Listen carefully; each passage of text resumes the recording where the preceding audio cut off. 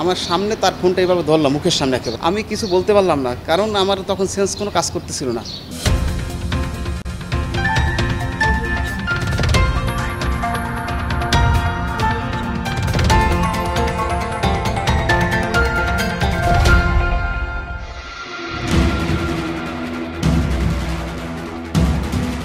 Devil's breadth বা শয়তানের নিঃশ্বাস, এই সিনথেটিক ড্রাগ থেকে নিজেকে বাঁচাতে চাইলে কি করবেন?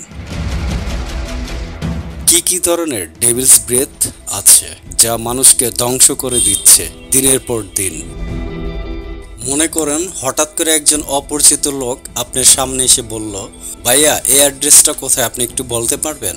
সাথে সাথে সে আপনার মুখে ছুঁড়ে মারল সেই অ্যাড্রেসে থাকা পাউডার, যা আপনি চোখের পলকে হয়ে গেলেন পরাধীন, যা আপনার দেহ এবং মস্তিষ্ক কন্ট্রোল করে নিল আরেকজন, এবং সাথে সাথে আপনার কাছ থেকে যা যা আছে সবকিছু নিজের ইচ্ছাকৃতভাবেই দিয়ে দিলেন তাকে।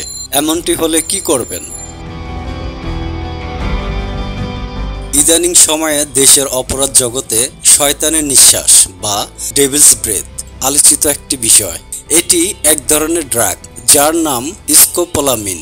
এই শয়তানের নিঃশ্বাস দিয়ে মানুষকে হিপনোটাইজ বা বশ করা যায়, আর একবার বশ করতে পারলেই অপরাধীরা হাতিয়ে নেয় ব্যক্তির মূল্যবান জিনিসপত্র। স্কোপোলামিন এক ধরনের সিনথেটিক ড্রাগ। এর মূল উৎপাদন আসে দুত্রা ফুল থেকে। দুত্রা ফুলের সঙ্গে আরও কিছু উপাদান যোগ করে তৈরি হয় স্কোপোলামিন, যেটিকে বলা হয় শয়তানের নিঃশ্বাস, ডেভিলস ব্রেথ। এটি তরল ও পাউডার দুই রকমেরই হয়। চিকিৎসা বিজ্ঞানে স্কোপোলামিনের অনেক ব্যবহার আছে। দ্বিতীয় বিশ্বযুদ্ধের সময় এটি ট্রুথ সেরাম হিসাবে ব্যবহার করা হতো।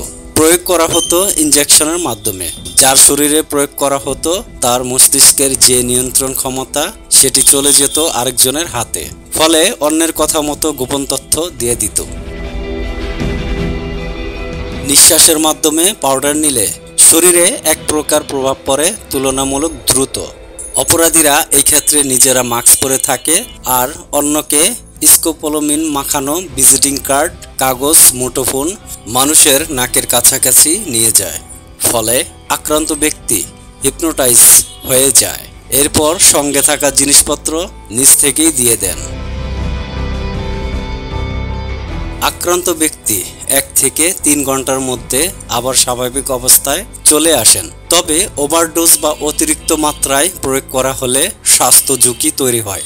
স্কোপোলামিনের পার্শ্ব প্রতিক্রিয়া হিসাবে মুখ শুকিয়ে যাওয়া, ঝাপসা দেখা, মাথা ব্যথা, অস্থির লাগতে থাকার মতো সমস্যা দেখা দেয়।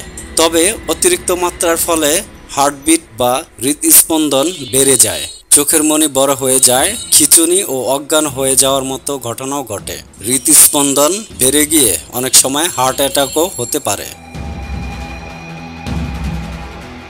তাহলে এর থেকে বাঁচার উপায় ও করণীয় কি বলছি।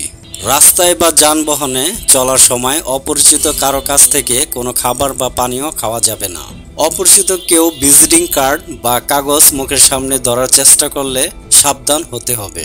রাস্তায় চলার সময় মাস্ক ব্যবহার করুন, এতে শ্বাসের মাধ্যমে ডেভিলস ব্রেথ শরীরে প্রবেশ করতে পারবে না। সমস্যায় পড়লে নিকটস্থ থানা বা আইন শৃঙ্খলা রক্ষাকারী বাহিনীর সাহায্য নিতে পারেন। মাত্রা অতিরিক্ত মনে হলে আক্রান্ত ব্যক্তিকে অবশ্যই হাসপাতালে নিয়ে যেতে হবে।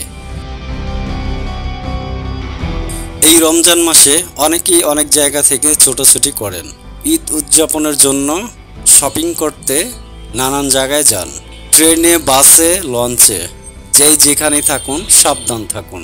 অপরিচিত কাউকে কখনোই নিজের সামনে আসতে দিবেন না।